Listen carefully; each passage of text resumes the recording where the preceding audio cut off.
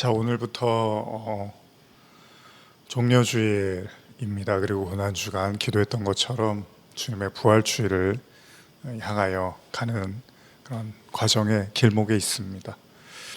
지난주에도 말씀을 드린 것처럼 오늘부터 가상칠언, 예수님이 십자가에서 외치셨던 그 7마디를 가지고 함께 묵상하며 또 설교로 나누기를 원하는데요.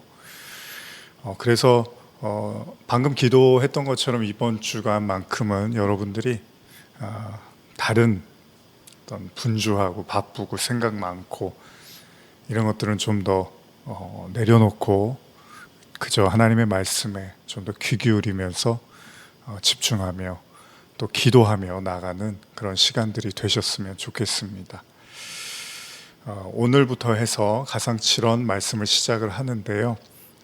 이제 월요일 그리고 화요일 그리고 목요일 이렇게 저희가 말씀을 함께 묵상하는 그런 영상을 통해서 여러분과 말씀을 나누고자 합니다. 그래서 내일 아침 7시부터 영상을 월요일, 화요일, 목요일 그리고 이렇게 말씀을 묵상하는 짤막한 영상인데요. 여러분들이 보시고 또 기도하며 나갔으면 좋겠고, 수요일은 예정대로 저희가 지금 나누고 있는 말씀들을 계속 이어나가겠습니다. 그리고 나서 금요일에 성금요 예배로 또 오후에 한 9시 정도에 여러분들과 같이 또 묵상하며 기도하며 그런 영상을 통해서 또 온라인으로 예배를 드리시게 될 겁니다. 그래서 이번 주일에는 거의 매일 토요일을 제외하고 매일마다 말씀 묵상 또 예배의 시간들이 영상을 통해서 온라인으로 준비되어 있습니다. 아무쪼록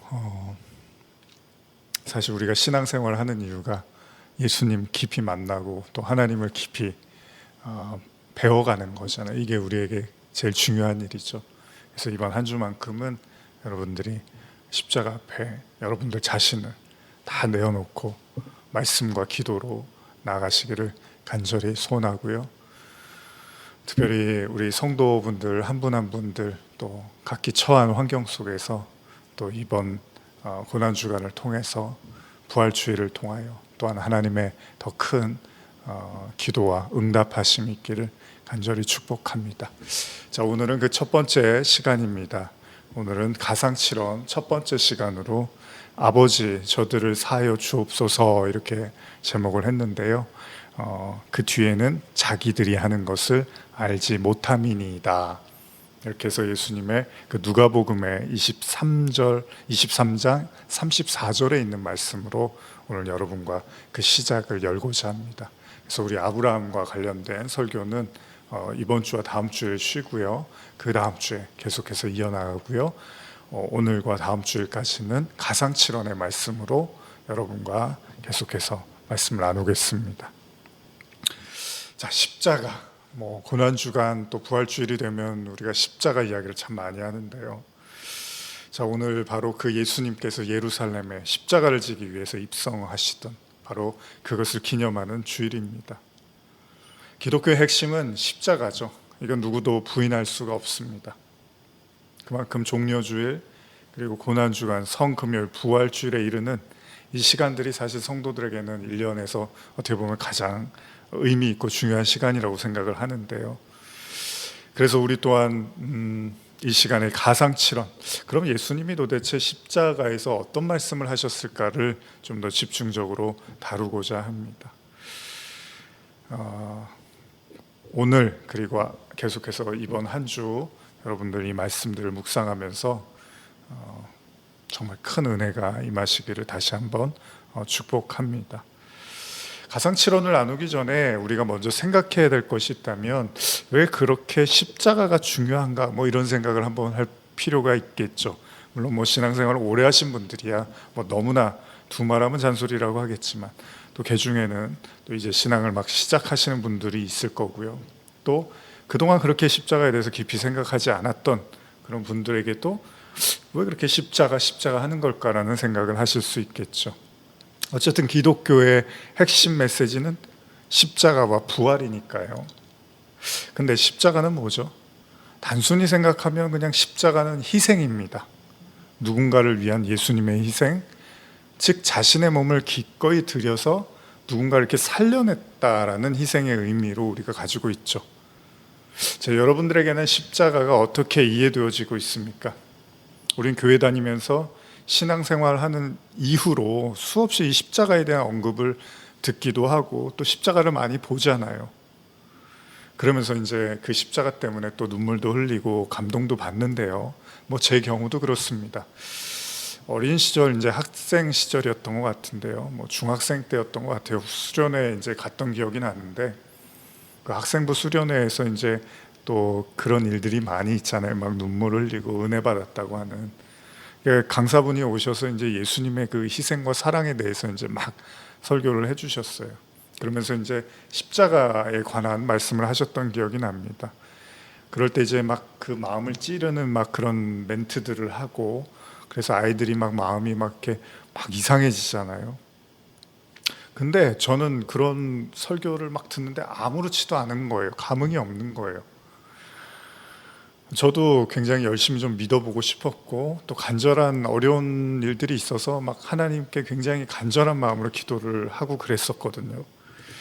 근데 뭔가 이렇게 부흥회고 수련회고 하니까 은혜도 받고 싶고 막 눈물도 흘리고 싶고 뭔가 가슴이 뻥 뚫렸으면 했는데 아무런 느낌도 들지 않더라는 거예요. 열심히 신앙생활하고 싶었던 저였지만 마음이 동하지를 않으니까 참 답답하더라고요. 도대체 왜 나한테는 감흥이 없지? 왜 나는 이렇게 마음이 아무렇지도 않지? 좀 이상하다는 생각까지 들었습니다. 그때 이제 소위 이게 뭐 은혜라는 걸 받아야 되는구나. 뭐 은혜 받으라는 얘기를 이제 많이들 하잖아요.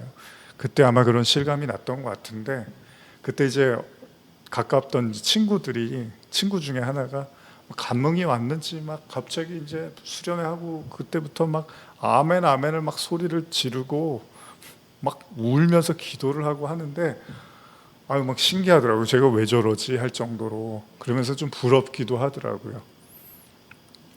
뭔가 어떻게 보면 그런 것도 이제 지는 게 싫었나 보죠. 뭔가 신앙도 좀 믿으려면 화끈하고 제대로 믿고 싶었는지도 모르겠습니다. 그렇게 제 신앙생활이 시작이 됐는데요. 그런데 십자가의 그 예수님은 저한테는 그렇게 와닿지는 않았던 거죠. 그러다가 이제 학생부 예배 때였던 것 같아요. 주일 예배인데 이제 시간이 흐르면서 어느 정도 이제 교회를 다니고 그러는데 보통 이제 찬양하다가 예수님 찬양할 때 이제 고통에 대한 찬양을 하잖아요. 십자가 고통. 그때 이제 뭐 예수님이 얼마나 아프셨을까 뭐 이런 내용의 가사들 많이 있잖아요. 그런 기억이 나는데 그때 이제 그런 찬양을 부르면은 감흥이 조금씩 오기 시작하는 거예요. 왜 그러죠? 그 십자가에서 그 예수라는 분이 나를 위해서 죽으셨다는데 막 채찍으로 맞고 창에 찔리고 막 피 흘리고 막 이런 가사들을 막 이렇게 부르다 보니까 마음이 이렇게 막 이제 뭐 감동이 오는 거예요. 흔히 기억들 아시겠지만은 또 이런 류의 설교를 듣다 보면 또 설교자가 굉장히 아주 섬세하고 강렬하게 그 예수님의 고통을 잘 묘사를 해줍니다. 그러다 보면은 굉장히 좀 십자가 무섭기도 하고 보통 그래서 어린 시절이나 뭐 학생 시절의 십자가는 뭐 어떻죠? 은혜나 감동보다는 좀 무섭고 두렵고 소름 돋고 뭐 이런 느낌을 받는 경우도 있죠. 어쨌든 왜냐하면 너무 이제 큰 고통을 받으셨으니까 십자가에서 그러다 보면 이제 눈물이 나더라고요. 나중에는 예수님이 얼마나 아프셨을까 막 이제 이런 생각을 하면요. 여러분들도 아마 한 번쯤은 보셨겠지만 그 예수님 관련된 영화를 보면은 또 십자가 부분에서 굉장히 강렬한 이제 육체적인 고통을 이렇게 묘사하는 경우가 있죠.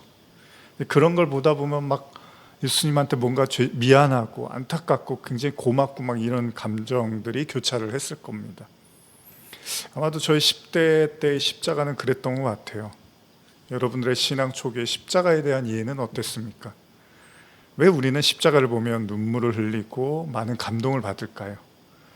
그런데 그 십자가를 보면서 단순하게 그 예수님의 육체적인 고통만을 보고서 얼마나 아프셨을까가 또 꼭 하나님의 바람은 아니었을 거라는 거죠. 그죠? 지나고 나서 보니까요. 왜 그러냐면 우리가 십자가를 묵상하면서 한 가지 잊지 말아야 될 거는 실제로 예수님이 십자가를 지셨습니다. 고통스러운. 그런데 제자들에게 또 하신 말씀이 있는데 그게 뭐냐면 십자가는 나만 지는 게 아니라 나를 따르는 모든 사람도 다 져야 돼. 이런 말씀을 하셨어요. 마태복음 16장 24절이죠. 이에 예수께서 제자들에게 이르시되 누구든지 나를 따라오려거든 자기를 부인하고 자기 십자가를 지고 나를 따를 것이니라. 자, 십자가를 지시지 말라고 항변하면서 어떻게든 예수님을 말려보려 했던 베드로의 행동 이후에 예수님의 제자들에게 하신 말씀입니다. 그러니까 베드로는 예수님이 십자가를 지시면 절대 안 된다고 생각했잖아요. 예수님의 십자가는, 근데 예수님은 십자가라는 게 자신도 져야 되지만 너희들도, 나를 따르는 모든 사람도 져야 된다고 말씀을 하시는 거예요. 그러니까 무슨 말이냐면요, 우리 신앙이 단지 십자가를 지시는 예수님을 보면서 너무 아프셨겠구나, 아이고 너무 힘드셨겠다, 아 너무 고맙다, 여기에서 머무르는 게 예수님의 십자가의 목적이 아니라 이제 그 십자가를 지신 예수님을 따라서 우리도 져야 된다는 것입니다. 여기까지 예수님 말씀을 하셨어요. 근데 그 십자가를 지라는 예수님이 동시에 언급하신 게 뭐죠? 자기를 부인하고 라는 표현을 쓰십니다. 그러니까 십자가의 또 다른 표현은 자기를 부인하라는 거잖아요.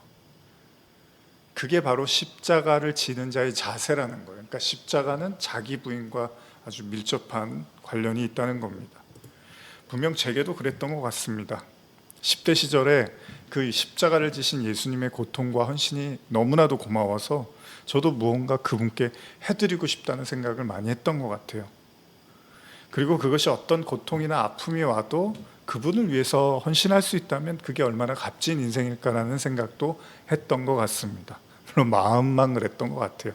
그렇다고 제 삶이 막 그렇다고 말할 수는 없는 것 같습니다.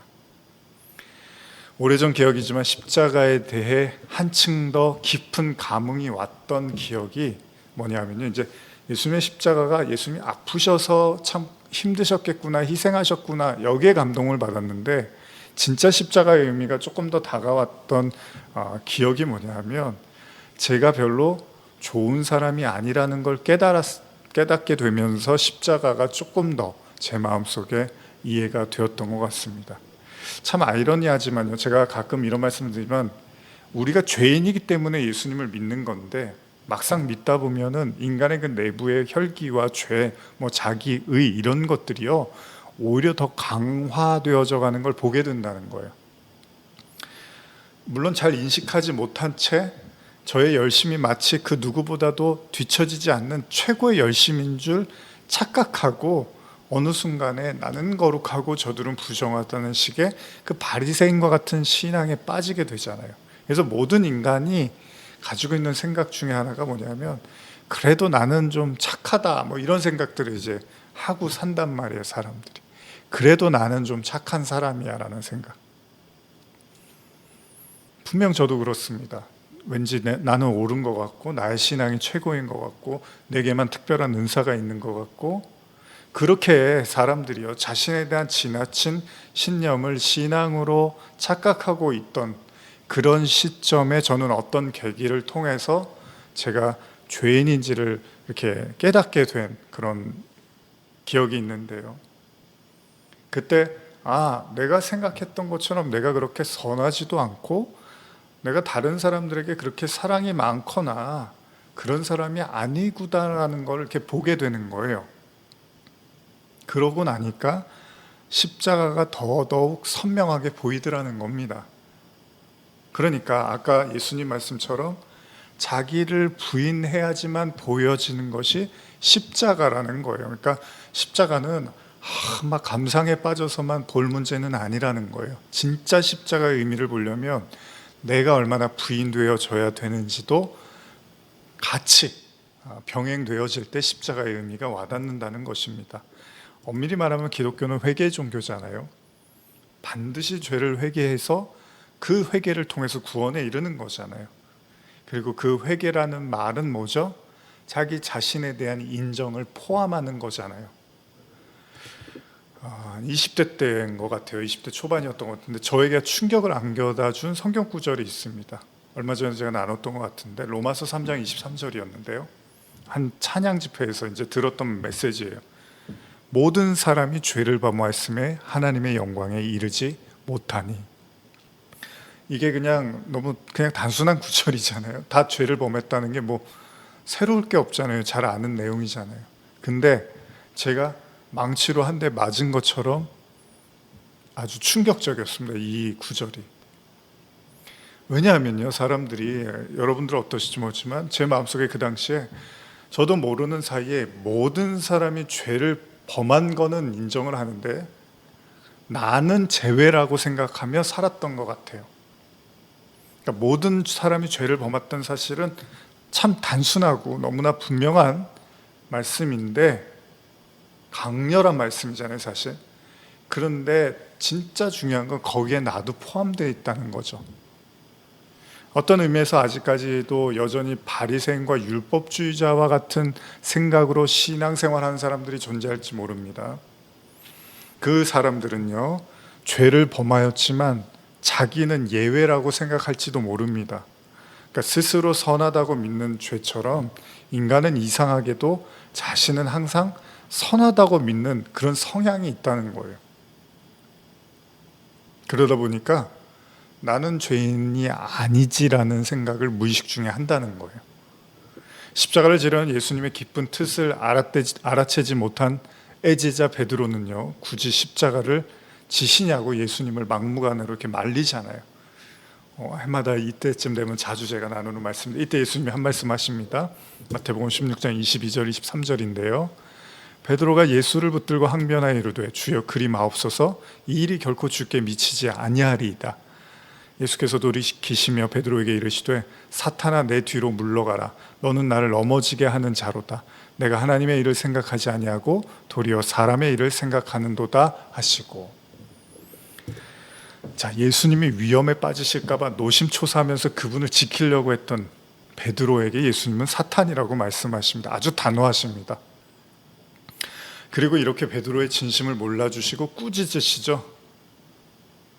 예수님은 결국 베드로의 마음을 사지를 못합니다. 베드로는요, 나중에 예수님을 부인하고 저주하잖아요. 그게 베드로가 자기 목숨을 부지하기 위해서였든 아니면 예수님에 대한 서운함이었던 간에 결국 베드로는 예수님과 자신이 무관한 자임을 선언하기에 이르게 된다는 겁니다.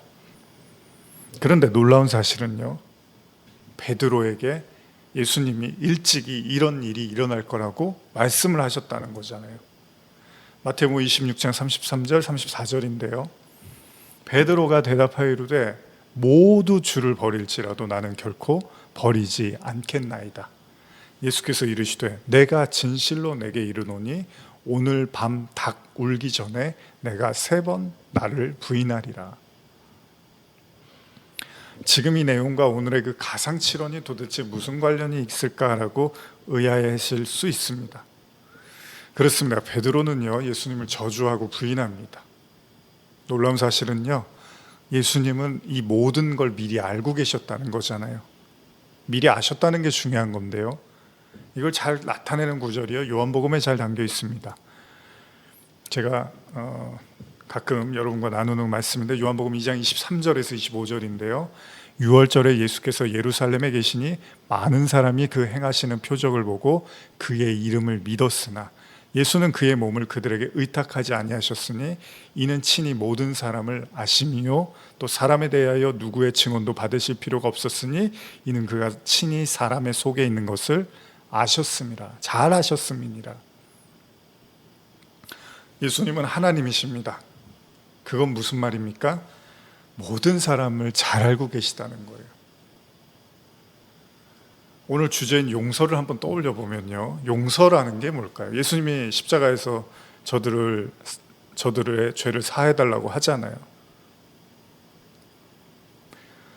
다시 한번 오늘 그 주제가 되는 가상칠언 첫 번째 말씀을 읽어볼까요? 누가복음 23장 34절입니다. 이에 예수께서 이르시되 아버지여 저들을 사하여 주옵소서, 자기들이 하는 것을 알지 못함이니이다 하시더라. 그들이 그의 옷을 나눠 제비 뽑을세.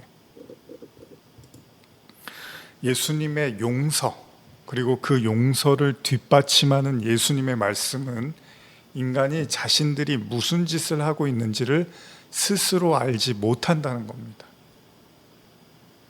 우리가 아는 대로요, 용서라는 건 어떤 사람이 잘못을 했지만 그걸 처벌하지 않고 꾸짖지 않고 관대하게 대해주는 거죠. 근데 이게 사실 쉽지가 않잖아요. 우리는 이미 산상수훈을 통해서 예수님의 최고의 가르침인 원수 사랑에 대해서도 나누었습니다.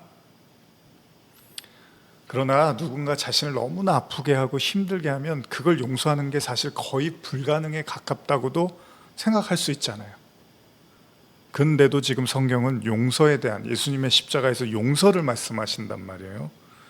근데 예수님 말씀하신 용서는 단순하게 감정적 차원만은 아닌 것 같습니다.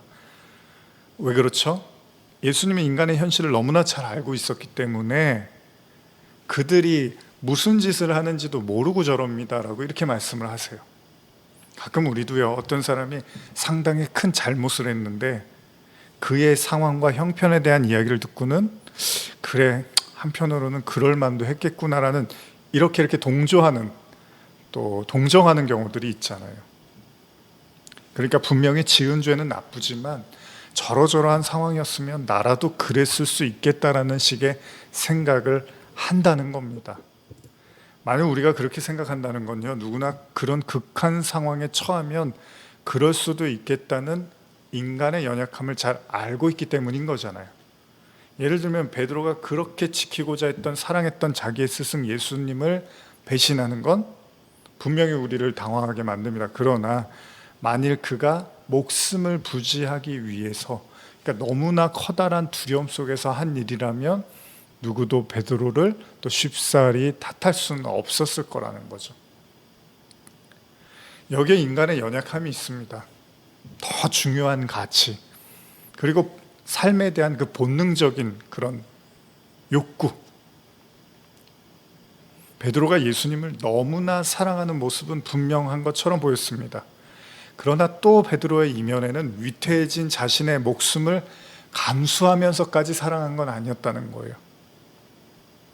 베드로가 예수님에 대해서 서운했던, 아니면 정말 목숨을 부지하기 위해서 저주를 했든 간에 그가 예수님을 위해서 목숨까지 바칠 준비가 되어 있던 것 같지는 않습니다. 그래서 예수님이 분명히 말하죠. 네가 아무리 나를 사랑한다고 해도 닭이 울기 전에 3번이나 너는 나를 부인하게 될 거야. 근데 이 얘기를 듣고 베드로가 어떻게 하죠? 절대 인정을 안 합니다. 마태복음 26장 35절인데요.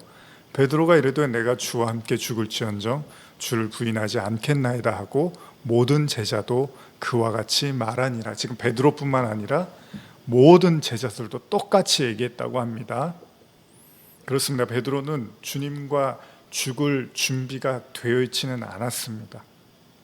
그래서 이렇게 말은 했지만 결국은 그 말을 못 지켰습니다. 글쎄요, 어쩌면 인간이 가장 두려워하는 것 중에 하나가 현실을 직면하는 것, 진짜 현실을 보는 것, 그것이 아닐까라는 생각을 해봅니다. 그리고 그 현실 중에서도 자기 자신과의 직면. 그러니까 어떻게 보면 베드로는 이제 감정에 앞서서 막 다 하겠다고 한 거잖아요. 예수님을 위해서 뭐 목숨도 버리지 않을 거, 목숨도 버릴 수 있고 어떻게든 나는 예수님을 보존하겠습니다라고 하는 거잖아요. 근데 예수님이 넌 나 3번 부인한다니까 뭐 이렇게 얘기를 해줘도 베드로는 인정을 못하는 거예요. 근데 이제 여러분과 제가 누구나 다 이렇게 홧김에나 아니면 감정적으로나 막 그런 말 할 수 있잖아요.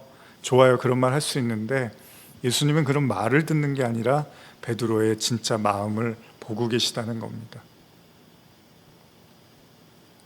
그러니까 예수님은 알고 있는데 베드로는 모르고 있는 거예요. 누구를요? 자기 자신의 모습을. 우리도 그럴지도 모릅니다. 하나님은 너무 잘 아시는데 우리 자신만 모르고 있는 우리 모습이 있을 수 있습니다. 아니 굳이 하나님까지 가지 않아도요, 내 주변 사람들은 잘 아는데 나만 모르는 내 모습이 있을 수도 있다는 거예요. 제가 오랜 시간에 반복해서 이렇게 꾸던 꿈이 하나 있는데요, 굉장히 오랜 시간 동안 거의 한 10년, 20년 가까이 이렇게 꾸던 꿈이 있는데, 가끔 꾸는데 잊어버릴 만하면 꾸고 그러는데, 제가 뭐 꿈에 대해서 잘 아는 건 아니지만 보통 우리는 뭐 좋았던 기억이나 힘들었던 그런 시절들의 기억이 이렇게 꿈속에서 마주치곤 하잖아요. 근데 이제 제가 이렇게 가끔 꾸던 꿈이 뭐였냐면, 그 중학교 시절에 이제 수업을 알리는 이제 종이 치면 이제 교실을 들어가야 되는데 계속 그 교실을 찾아 헤매는 그런 꿈이었어요.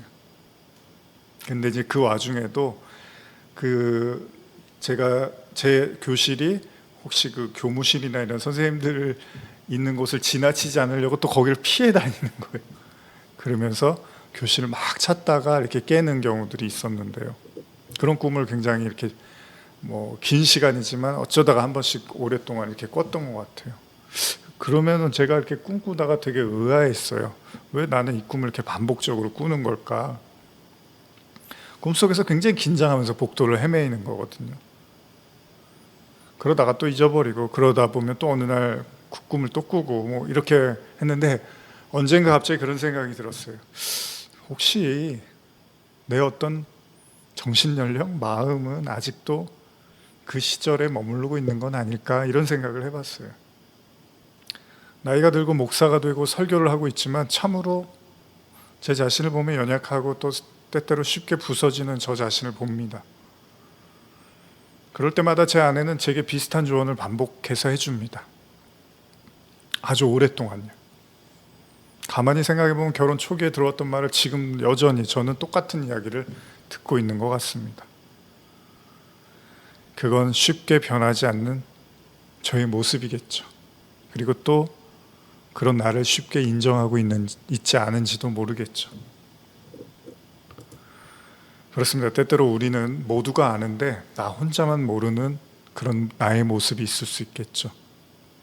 그만큼 자기 자신을 알아가고 들여다보고 나아가서 그런 자신을 인정하는 것이 결코 쉬운 일이 아닐 수 있다는 겁니다. 요즘 우리가 아브라함에 관한 설교를 나누고 있었잖아요. 하나님은 25년이라는 시간을 기다리셨습니다. 물론 아브라함도 그랬지만요, 사실 하나님은 나중에 비웃음까지 들어가면서 그의 능력을 참으셨던 거죠. 왜요? 그가 믿음이 없다는 걸 보여주시기 위해서, 드러내기 위해서. 참 그래요. 믿음의 조상이 처음부터 믿음을 가지고 끝까지 믿음을 지켜서 조상이 된 게 아니고요. 성경을 잘 들여다보면 하나님이 그냥 믿음이 있다고 시작을 해주시고 계속 믿음 없는 모습을 보여주고 마지막에는 비웃기까지 하는, 우리가 지난주에 나눴잖아요. 정말 믿음이 아예 없어요. 근데 하나님은 언약을 성취하시고 또 믿음의 조상으로 만들어주세요. 여기에 하나님과 인간의 생각의 차이가 존재할지도 모릅니다. 무슨 말입니까? 하나님은 인간에게 속지 않으신다는 겁니다. 믿음이 있어 보인다고 사람들이 칭찬해 준다고 해서 하나님도 같이 속으시는 분은 아니라는 겁니다. 시간이 흐르면 알게 되는 것들이 있잖아요. 그런데 하나님은 그 시간 동안 인내하시면서 우리 자신의 모습을 직면하게 하시는 거죠. 종려주의를 시작하면서, 그리고 자기 자신을 십자가에 못 박는 군병들을 향하여 예수님이 던지신 가상칠언의 이 첫 번째 말씀, 아버지 저들을 사하여 주옵소서, 자기들이 하는 것을 알지 못함이니이다 하시더라. 예수님이기 때문에 가능하셨던 이 말씀, 인간의 무지와 한계 그리고 연약함을 너무나 잘 알고 계셨던 주님이기에 그는 오히려 극심한 고통의 순간 모든 미움과 원망을요 인간에게 돌리지 않고 오히려 그들을 품어 안으시려고 합니다. 그럼 우리는 이런 예수님의 모습, 이런 예수님의 말씀, 이런 말씀을 하시는 이 예수님의 모습을 통해서 우리는 어떻게 이 말씀을 우리의 걸로 기억해야 할까요? 이런 거대한 용서의 메시지를 던지시는 그 예수님을 바라보면서 우리의 마음가짐은 어떻게 가져야 할까요? 저는 종려주일과 고난주간을 시작하는 오늘의 예배를 통해서 한 가지만 당부드리고 싶은 게 있습니다. 그건 솔직해지자는 겁니다. 예수를 지키겠다고 아우성을 치던 베드로의 모습이 사실 진짜 모습이 아니었습니다. 물론 그 모습도 진짜 베드로 맞죠. 그러나 진짜 베드로의 모습은 예수를 비방하고 부인하고 저주하고 도망치는, 사실은 그게 더 지배적인 모습이었죠. 마음대로 안 되는 거예요. 자기 마음이 마음대로 안 되는 거예요. 어쩌면 십자가를 지시는 주님이 오늘 우리에게 원하시는 모습은요, 죽을 힘을 다해서 참고 참아서 하나님을 섬기겠다는 그런 갸륵한 고백을 하는 것을 주님이 원하실 수도 있겠지만요, 그건 사실은 아닌 거 알잖아요. 주님이 그가 그렇게 할 수 있는 게 아니라는 걸 알잖아요. 그 마음에 근절이 깔려는, 주님이 왜 십자가를 지십니까? 제가 주님을 위해서 모든 걸 할 수 있습니다, 그런 걸 위해서 십자가를 지신 게 아니잖아요. 주님을 저주하는 자들을 위해서, 주님을 비방하고 저주하고 부인하고 십자가에 못 박는 그 마음을 가진 자들까지 용서하려고 십자가를 지신 거지, 주님을 위해서 모든 걸 할 수 있겠습니다라는 그런 것들을 위해서 십자가를 지신 게 아니란 말이죠. 어쩌면 우리도 그런지 모릅니다.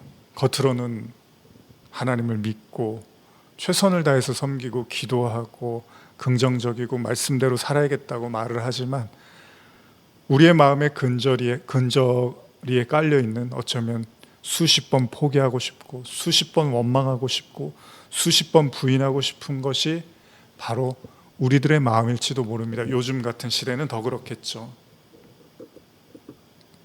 저는 오늘의 이 가상칠언의 말씀을 통해서요, 예수님이 십자가에서 용서하셨으니까 여러분도 용서하십시오라는 그런 메시지를 드리고 싶은 것보다는요, 여러분들의 내면에 솔직하게 소용돌이치는 하나님에 대한 수많은 복잡한 감정이 있다 하더라도 그걸 굳이 밀어넣어서 그렇지 않은 척 나는 여전히 하나님을 신뢰하고 믿는 것처럼 신실한 것처럼 그러지 마시고요, 이 고난주간만큼은 여러분들의 진짜 내면에 있는 그 하나님에 대한 복잡한 감정을 다 드러내셔서 그분께 그 모든 마음을 올려드렸으면 좋겠습니다. 왜냐하면 예수님의 십자가에서의 용서는 바로 자신을 저주할 베드로에 대한 용서를 위한 십자가이기도 했다는 겁니다. 그러니까 그 십자가는 예수님을 잘 따르고 잘 믿고 변함없고 신실한 자들을 위한 십자가가 아니고요, 그런 사람은 없습니다. 의인은 없으니까. 예수님이 십자가를 지신 이유는 그렇게 하고 싶은데 그러면 그럴수록 불신하고 원망하고 저주하고 심지어 욕하고 미워하는 그 우리의 죄로 가득한 그 마음을 위해서 주님은 십자가를 지신 거잖아요. 그러니까 뭐 제가 고난주간이니까 여러분 뭐 하십시오 이런 말씀 드리는 것보단 솔직하게 그냥 하나님께 여러분들의 마음을 다 꺼내십시오. 설령 여러분들이 정말 하나님이 너무 밉더라도 너무 원망스럽더라도 괜찮습니다. 하나님은 다 받아들일 준비가 되어 있으십니다. 하나님께 실망해서 혹시 기도조차 하지 않고 있다면, 여러분 우리가 그런 말 하죠. 미운 것보다 더 무서운 게 뭐냐면 무관심이라고 하잖아요. 그러니까 차라리 원망하고 싸우고 욕할지라도요, 하나님 앞에 서서 여러분들의 마음을 쏟아 놓으십시오. 하나님이 원하시는 건 괜찮을 때는 하나님께 기도하고 마음이 안 괜찮을 때는 감춰서 하나님과 멀리 있는 거, 그건 좋은 관계가 아닙니다.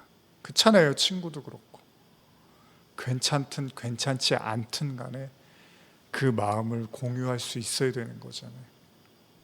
그러니까 자꾸 우리는 꼭 하나님 앞에 나오려면 괜찮을 때만 나와야 된다고 생각하는데 아닙니다. 예수님이 베드로한테 너는 나를 죽기까지 따라가겠다고 하지만 곧 있으면 너는 안 괜찮아질 거야. 근데 괜찮아. 그래도 나는 너를 사랑하니까. 여기까지 가야지 십자가의 은혜인 거지. 주님 너무 아프셨겠습니다. 나를 위해서 희생하셨으니까 저도 주님을 위해서 희생하겠습니다. 여기까지만 주님을 고백하고, 그런데 주님 그렇게 희생하려고 했던 제가 이렇게 주님을 원망하고 배신하고 부정하고 욕하고 있네요. 이런 마음까지도 올려드려야 되는 거예요. 이게 다 올려드려야 되는 거죠. 왜요? 예수님의 십자가가 뭐죠? 제사잖아요. 영단번에 드리는 제사, 하나님이 준비하신 제사. 근데 여러분, 제사의 목적이 뭐죠? 당연히 영혼을 구원하기 위함이죠. 근데 그 제사에 대한 우리가 잘 알고 있는 제사와 관련된 말씀들이 있는데, 그 중에 하나가 다윗이 고백했던 밧세바와 동침하고 범죄한 이후에 시편 51편에서 고백했던 그 고백 있잖아요. 그때 다윗이 뭐라고 하죠? 주께서는 제사를 기뻐하지 아니하시나니 그렇지 아니하면 내가 드렸을 것이라. 주는 번제를 기뻐하지 아니하시나이다. 하나님께서 구하시는 제사는 상한 심령이라. 하나님이여 상하고 통회하는 마음을 주께서 멸시하지 아니하시리이다. 어쩌면 이래서 예수님이 굳이 십자가 지실 때 제자들이 좀 마음이 똘똘 뭉쳐서 예수님이 안 힘들도록 기도를 해주거나, 아니면 예수님 곁에서 이렇게 위험해도 또 이렇게 힘을 낼 수 있도록 이렇게 응원을 했어야 되잖아요. 근데 어떻죠? 예수님의 십자가가 서자 제자들이 다 도망가고 안 하던 저주도 하고 원망도 하더라는 거예요. 그건 뭘 의미합니까? 진짜 십자가의 의미는 우리 내면에 있는 그 어두움을 다 드러낸다라는 거예요. 그게 십자가의 진짜 목적이에요, 여러분. 십자가는 왜 짓죠? 저주의 자리잖아요. 예수님이 저주받은 자로 돌아가시는 건데, 우리가 그 십자가 앞에서 우리의 선한 모습과 우리의 의지와 우리의 바램과 우리의 긍정적 모습만 보여주면 그거는 그를 위한 십자가가 될 수 없어요. 십자가는 죄인을 위한 거예요. 어떤 죄인이요? 저주받을 죄인을 위한 거예요. 그러니 저와 여러분들이 십자가를 통해서 내 안에 하나님께 저주받을 수밖에 없는 마음이 있다는 것을 인정하고 인식하고 드러내고 고백해야지 그게 십자가지. 저도 주님처럼 십자가를 지고 한 번도 배신하지 않고 항상 똑같은 모습으로 하나님을 위해 살게요. 이게 진짜 십자가의 의미가 아니라는 겁니다. 물론 그런 죄악의 회개의 그런 과정을 거쳐서 우리가 이제 하나님의 사람으로 바울처럼 살아가는 과정에서는 그런 고백을 할 수 있지만, 근본적인 십자가가 우리에게 주는 은혜는 바로 저주받을 수밖에 없는 우리의 마음을 하나님께 올려드려야 된다는 거예요. 그게 회개잖아요. 현대로 한 번 더 읽어드릴게요. 주께서 제사를 즐기지 않는 줄 아오나 나는 다치리이다. 내가 드리는 번제를 마다하지 마소서. 하나님께 드리는 나의 제물은 찢어진 이 마음, 갈기갈기 찢어지고 터진 이 마음뿐이니 업신여기지 마소서. 그러니까 여러분, 제물은 누구예요? 예수님이에요. 예수님이 십자가의 제물 어린 양으로 섰는데 무슨 제물이 있어요, 우리가. 그래서 다윗이 그러는 거예요. 그동안은 좋은 제물 다 갖다 바쳤는데, 최고의 제물로 최고의 제사 드렸는데, 이제 보니까 그 제물은 내가 준비하는 게 아니라 하나님이 준비하신 거고, 나는 드릴 게 이 오염되고 상하고 죄악에 가득한 저주받을 이 마음밖에 없구나. 이거 하나님이 나한테 가지고 나오라는 거구나. 왜요? 새롭게 해주시겠다고, 용서하시겠다고.